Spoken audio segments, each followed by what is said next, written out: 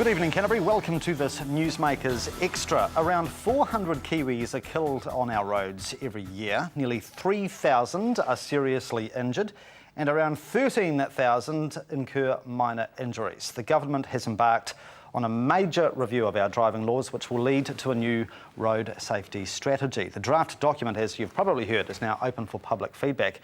And we thought we'd take the opportunity to walk through some of the major recommendations with a panel of lawmakers and policy advisors.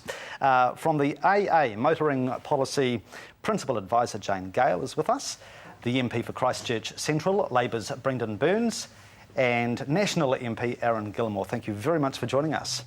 And Jayne, thank you for flying down from Wellington for this special occasion. Always a pleasure to visit Canterbury. Oh, indeed, yes. The daffodils are out, yes. Much of the media attention has been focused on our driving age and our licensing system. How out of step with most of the Western world are we, Jayne, when it comes to the age? I think in terms of age, the first thing you've got to realise is that the leading country in the world was Sweden, and they did an amazing experiment where they dropped their age, their learner licence age, from 17.5 down to 16, so dropped it by 18 months.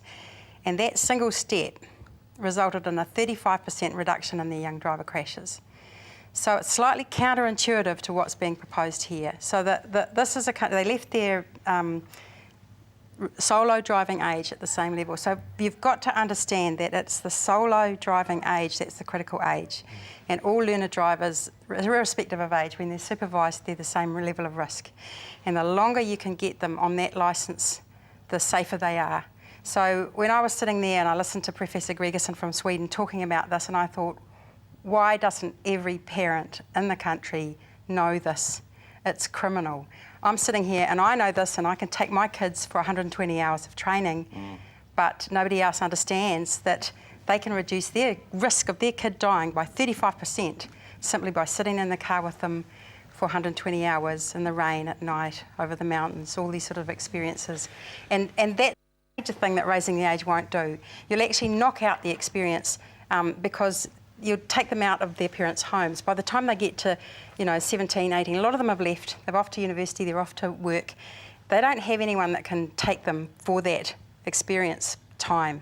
And I guess that's what our concern is with just lifting the learner age. I know there's already a bill before Parliament in terms of lifting the minimum age. What are your personal thoughts on this from a parliamentary point of view, Brendon? I personally would favour 16 because I think that would accord with many other things that you're able to do at 16, for instance, get married and a range of other things. So that seems to make sense. But I do support Jayne in respect of driving. It seems to me, if you want to be a mechanic, you take 3 years to train, so you can, make the car safe for somebody to drive. But to drive it, at the moment, you can basically do it at 15 with an absolute minimum of any training, 16. Any supervision, and away. Well, 15 at the moment, but I'd suggest 16. Right. And it just seems to me at the moment we don't have any real requirement to really outline to young people that these are powerful instruments and they can so often go wrong. I'll come to the power of the vehicles later on, because I think in some ways that's an issue in its own right, and it is a specific recommendation in the document. Just on the age front, Aaron, how do you see it? Look, I think Jayne was basically right on target. It's not just age, but that's the factor people are focusing on. It's about the skill of the driver. And just because your age doesn't necessarily mean you're skilled or not. You could be 21 and still be an unskilled driver. So one of the issues is age, because basically with age comes maturity. So you have ability to understand and learn a lot more about being a driver. The other aspect about age, which has particular reference, particularly to our rural communities, is younger drivers in rural communities, it's much more of a factor than younger drivers in urban communities. So we have to be careful about whether age is the factor or skill is a factor. I personally prefer skill is much more the overriding factor than what someone's age really is. Jayne, the AA chairman, Mike Noon, put out a press release in April. He described restricted drivers as the most dangerous group on our roads. Research he cited shows that a young male on a restricted licence is 7 times more likely to crash than a middle-aged male. How do we deal with that dynamic? Well, first of all, you've got to understand that if a parent has got a kid who's going to drive, when they get in the car with their learner driver, they feel really unsafe. You're holding on to the side, well, you're white-knuckled, and yet they're about 1/7 the risk of anyone on the road, right? So you've just got to keep telling yourself as a parent, I'm safe, I'm safe, I'm safe, this is okay. And then they pass their restricted licence test and they go off on their own, out of sight, out of mind. The government's given them the tick, you know, they've got their licence. And that's when parents relax and think everything's fine. But that's when they're going to have all their crashes on their solo, their first 6 months solo. That inexperience in all different situations is going to come out. And if you haven't given them the experience beforehand, they're going to do it on their own. Yeah, and you are able, as I understand it, on a restricted licence to go on ad infinitum. I have a family Correct. member who recently got her full licence at age 24. She's been driving since 15. And I don't know how many times she's been encouraged to go the next step, just never got around to it. And of course that also means she's not had any exposure to any requirement to upgrade her driving skills. The Ministry of Transport has told us that there is no difference in risk that they can perceive between someone that's been on there restricted for 3 years and someone that's actually passed that full test. And I think what we've been saying is it's actually pointless once they've got safe to then make them do something. It's actually important to put that really tough test at the restricted phase and make sure that they're good before they ever go out that door solo. And bring that full test forward. Just to throw a spanner in the works, with respect to restricted drivers, it would appear anecdotally that a lot of the crashes involving young drivers happen to be on a restricted with a carload of passengers illegally in their car. Correct. The police seem really concerned about this, and I think they've lobbied Parliament on this a few times. Are the penalties we have at the moment for breaching your restricted inadequate? Well, they definitely need a review, which is actually one of the things pointed out in here. There are a need to look at whether the penalties are appropriate.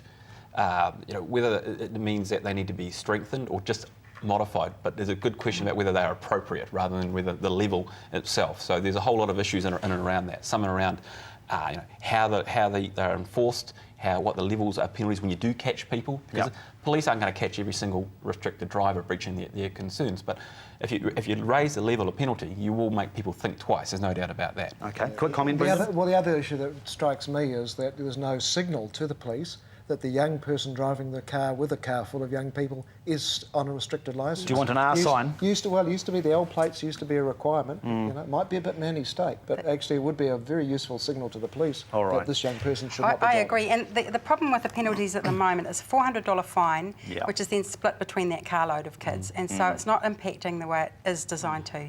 And then the demerits are low. So what they're proposing is the demerits go only to the driver, and so the driver's then going to, you know, I think that's the proposal. I would go the next step and impound the car. Well, I think once you get a certain number of demerits, it happens. Why not just make it instant? If you break the law, if you breach your conditions, sorry, you've lost the car, even if it's daddy's for 28 days. Even if someone's bringing their sister home from school at 3 p.m. I mean, so you've actually got... Going a step too far, I think, Mike. All right, okay.